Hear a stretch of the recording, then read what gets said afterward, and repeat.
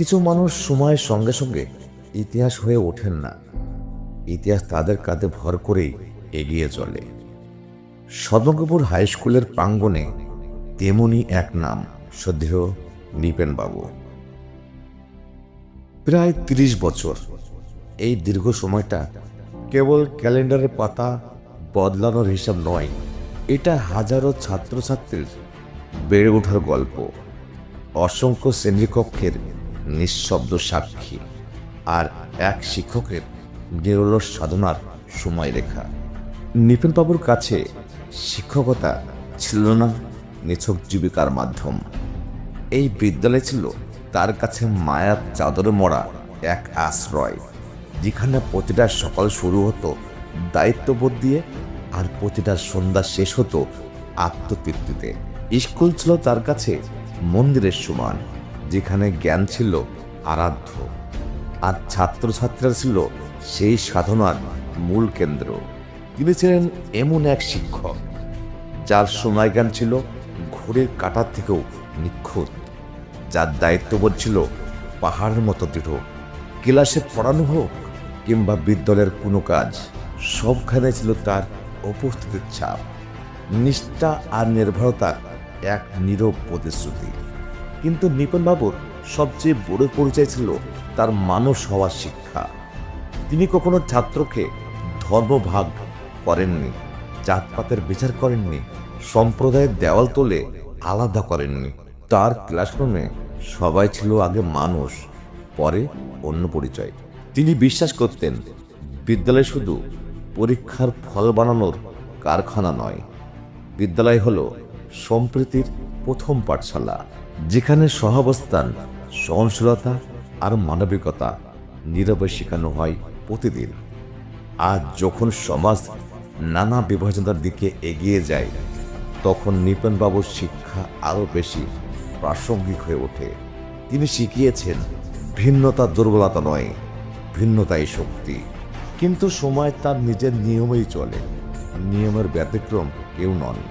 আজ সেই নিয়মের পথ ধরেই নৃপেন বাবুর কর্মজীবনের আনুষ্ঠানিক বিদায়ের দিন এসেছে। এটা বিদায়, কিন্তু বিচ্ছেদ নয়, কারণ তিনি স্কুল ছাড়লেও স্কুল তাকে ছাড়তে পারেনি। যাওয়ার সময় তিনি দিয়ে গেছেন এক আশ্বাস, আমি থাকবো যেখানে থাকি, এই স্কুলের পাশেই থাকবো।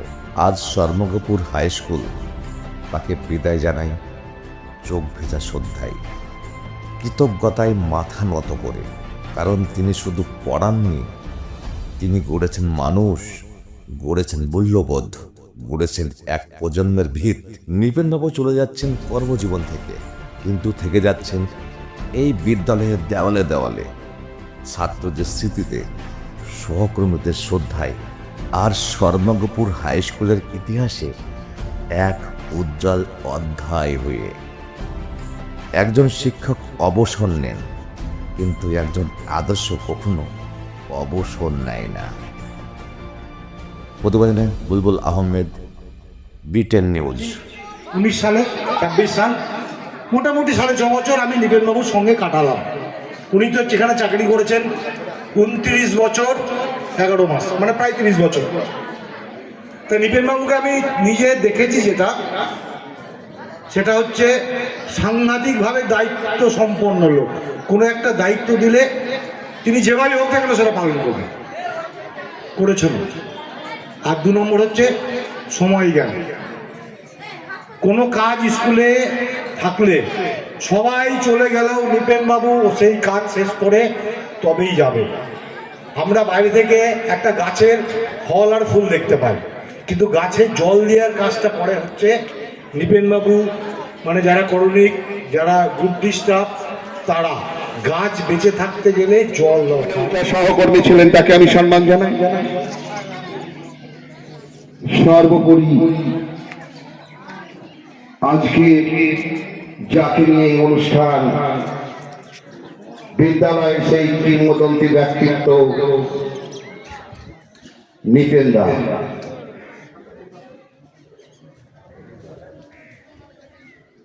সময় চলে যায়, আমি বলেছি একটু আগেই নদীর স্রোতের প্রায়।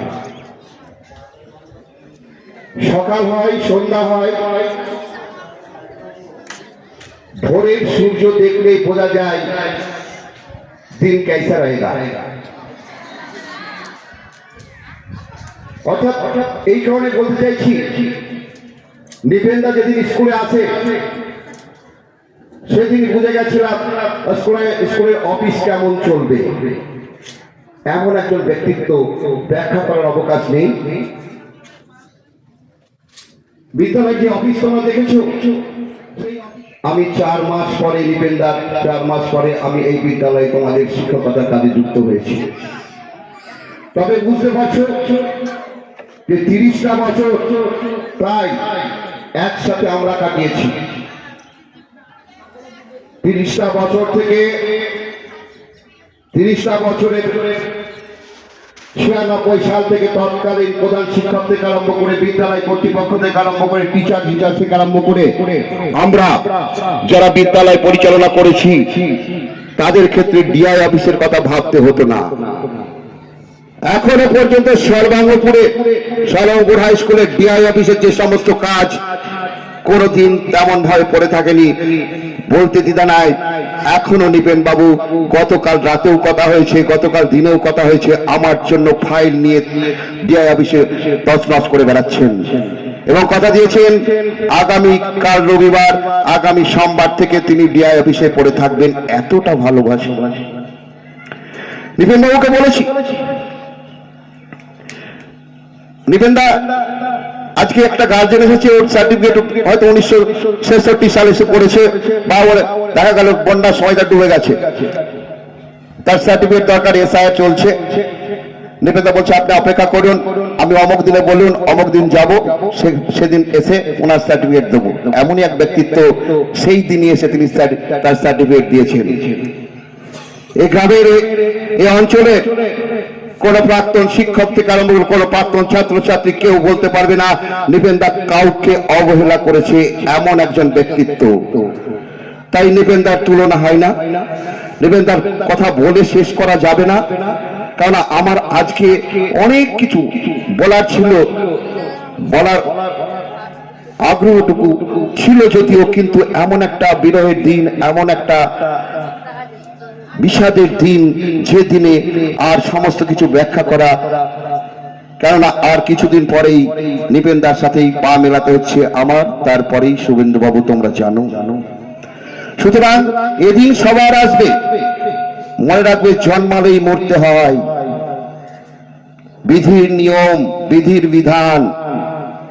সুতরাং সরকারি পেশায় নিযুক্ত হলেই, 60 বছর বয়স অতিক্রান্ত হলেই তাকে চাকরি জীবন থেকে অবসর গ্রহণ করতেই হয়। এটা কোনো দুঃখের নয়, আমরা জানি দুঃখ আমাদের হচ্ছে, দীর্ঘদিন একসাথে ছিলাম। আমি আশা করব আজকে দুঃখ না, আজকে